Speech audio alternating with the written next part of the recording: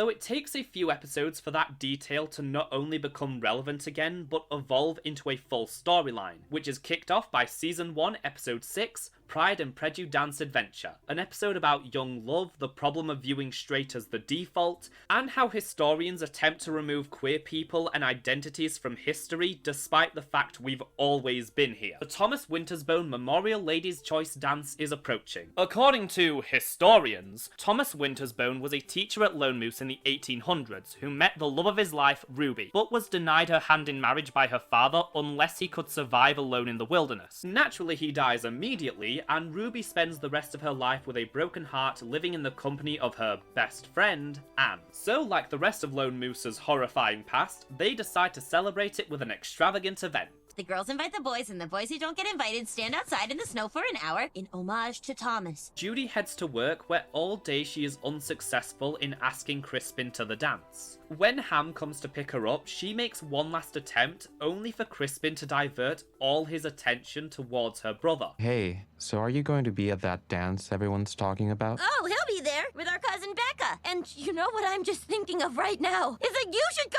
with me! Oh, sure. Judy is completely oblivious to what's happening, as Crispin thinks of an excuse to come over when he really just wants to see Ham. And even with their obvious flirting, Judy can't see what is right in front of her.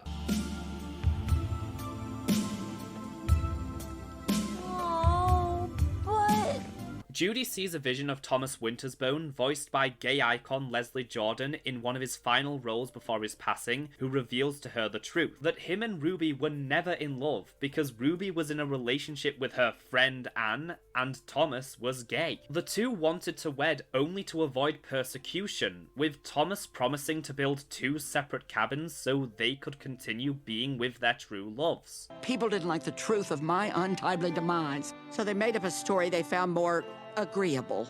Now understanding that this whole thing is based on a homophobic lie, Judy pulls the fire alarm, bringing everyone outside, and reveals to them what she's learned. This isn't a love story. It's a story about 2 people who couldn't be themselves. Judy uninvites Crispin and gets Ham to do the thing he should have always been allowed to do in the first place, which starts him and Crispin's relationship. This was the episode that got me hooked on the show, with its thoughtful message about challenging even the most seemingly benign levels of systemic homophobia through tired sitcom tropes in order to tell a beautiful love story between Ham and Crispin. And I am shocked that no one really took notice, especially considering this is the sister show to Bob's Burgers, a series with a massive queer following.